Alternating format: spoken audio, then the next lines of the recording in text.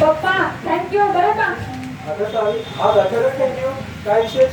अहो पप्पा, तुम्ही आम्हाला जे उच्च शिक्षण दिलं त्या शिक्षणामधूनच मी आज इंजिनियर झाले आणि आपला मानव दाता डॉक्टर झाला. त्याबद्दल तुम्हाला थँक्यू बोलायचं होतं. अगं तुम्ही दोघं डॉक्टर इंजिनियर झाल्याचा मला खूप आनंद आहे.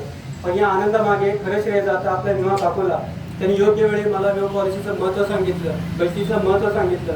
त्या केलेल्या पॉलिसीतूनच जे पैसे मिळाले त्याच पैशातून तुम्ही दोघं डॉक्टर इंजिनियर झालात.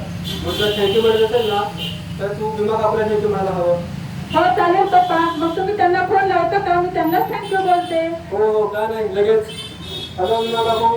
हॅलो डॉक्टर सर, बोला कशी काय आठवण काढली? हो, आमच्या सावीला तुमच्याशी बोलायचं आहे. हो हो द्या ना मग.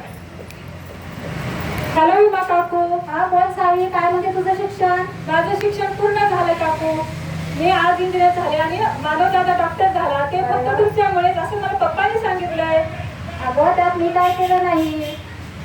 तुम्ही आमच्या पप्पांना योग्य ठिकाणी आणि योग्य वेळेला जी पैशाची बचत आणि गुंतवणूक करायला सांगितली त्यामधूनच आज आमच्या पप्पांचं देखील स्वप्न पूर्ण झालं आणि आम्हाला उच्च शिक्षण मिळालं. त्यामुळे तुम्हाला थँक्यू म्हणायचंय. अगं सावी, थँक्यू मला म्हणण्यापेक्षा भारत सरकारच्या LIC ला म्हण, ज्यामधून मिळणाऱ्या पैशामधूनच तुम्ही डॉक्टर इंजिनियर झालात. त्यामुळे आपण सर्वजण LIC ला थँक्यू म्हणूया.